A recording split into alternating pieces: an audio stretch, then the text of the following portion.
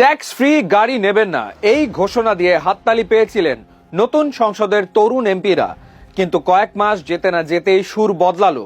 গত মঙ্গলবার সংসদে দাঁড়িয়ে তরুণ এমপি হাসনাত আব্দুল্লাহ দাবি তুললেন শুল্কমুক্ত গাড়ি না হোক, ডিসি ইউএনও দের মতো সরকারি খরচে তাদের জন্য গাড়ির ব্যবস্থা করা হোক। পাশে দাঁড়িয়ে সমর্থন দিলেন বিরোধী দলীয় নেতা শফিকুর রহমান। কিন্তু এই দাবির পরপরই সোশ্যাল মিডিয়ায় শুরু হয়েছে তোলপাড়। বিশেষ করে ডাক্তার তাসনিম জারার একটি ফেসবুক পোস্ট আগুনের মতো ছড়িয়ে পড়েছে। তিনি বলেছেন, যেখানে শিক্ষকরা বেতনের জন্য রাস্তায় আর রোগীরা হাসপাতালে সিট পায় না, সেখানে এমপিরা নিজেদের সুযোগ সুবিধা নিয়ে ব্যস্ত। আজকের ভিডিওতে আমরা বিশ্লেষণ করব হাসনাত আব্দুল্লাহর দাবি কি যৌক্তিক, নাকি ডাক্তার তাসনিম জারার সমালোচনায় প্রকৃত বাস্তবতা। প্রথমে দেখা যাক হাসনাত আব্দুল্লাহর যুক্তি কি। তিনি বলছেন, তিনি ব্যক্তিগত বা শুল্কমুক্ত বিলাসবহুল গাড়ি চাননি। তিনি চেয়েছেন ডিসি বা এসি ল্যান্ডের মতো একটি সরকারি গাড়ি, যা তিনি এমপি থাকা অবস্থায় ব্যবহার করবেন। কিন্তু সমালোচকরা বলছেন অন্য কথা। চলুন দেখে নেই একজন এমপি বর্তমানে কি কি পান। মাসিক পারিশ্রমিক ৫৫,০০০ টাকা, যাতায়াত ভাতা ৭০,০০০ টাকা প্রতি মাসে, নির্বাচনী এলাকায় গেলে ভাতা ১২৫০ টাকা, অফিস রক্ষণাবেক্ষণে ১৫,০০০ টাকা, অন্যান্য যেরকম আপ্যায়ন, টেলিফোন ও ধোলাই ভাতা সহ আরো কয়েক হাজার টাকা।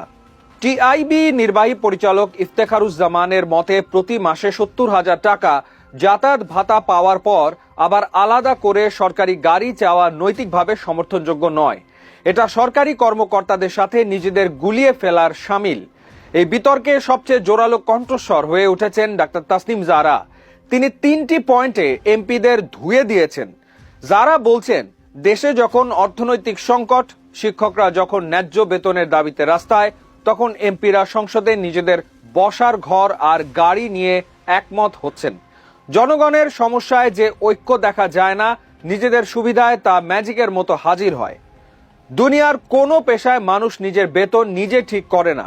ডাক্তার, ইঞ্জিনিয়ার বা সরকারি কর্মকর্তা সবার বেতন অন্য কেউ ঠিক করে, কিন্তু এমপিরা নিজেদের সুবিধা নিজেরাই আইন করে ঠিক করেন, যা নীতিগতভাবে ভুল।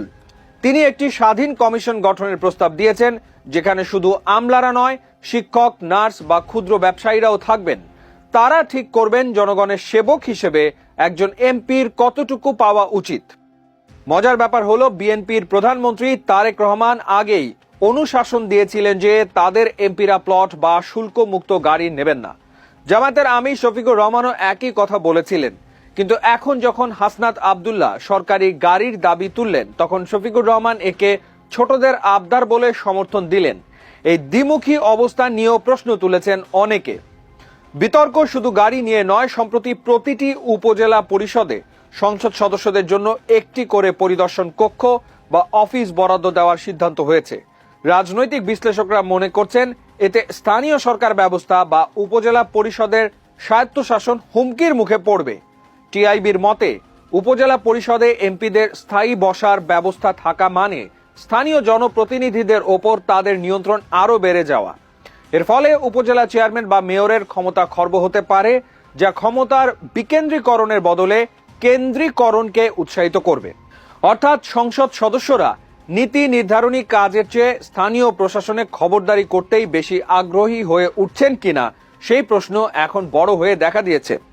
গাড়ি বা অফিসের বাইরেও একজন সংসদ সদস্যের আর্থিক সুযোগ সুবিধার তালিকাটা বেশ দীর্ঘ।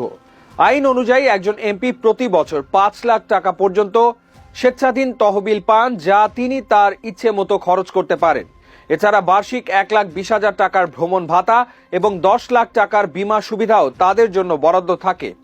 এমনকি সংসদ অধিবেশন চলাকালীন প্রতিদিনের উপস্থিতির জন্য বিশেষ ভাতা এবং সড়ক পথে প্রতি কিলোমিটার যাতায়াতে ১০ টাকা হারে টিএ পান তারা। জনগণের করের টাকায় এত বিপুল পরিমাণ ভাতা এবং সুযোগ সুবিধা সচল থাকার পরও কেন জেলা প্রশাসক বা আমলাদের সাথে নিজেদের তুলনা করে বাড়তি সুবিধা চাওয়া হচ্ছে, তা সাধারণ মানুষের কাছে একটি বড় নৈতিক প্রশ্ন হয়ে দাঁড়িয়েছে। সংসদ সদস্যরা জনগণের প্রতিনিধি, তাদের কাজ করার জন্য প্রয়োজনীয় লজিস্টিক সাপোর্ট অবশ্যই লাগবে, কিন্তু প্রশ্নটা হলো টাইমিং আর প্রক্রিয়ার। যখন সাধারণ মানুষ মূল্যস্ফীতির চাপে পিষ্ট, তখন যাতায়াত ভাতা পাওয়ার পরও সরকারি গাড়ির দাবি কি বিলাসিতা নয়?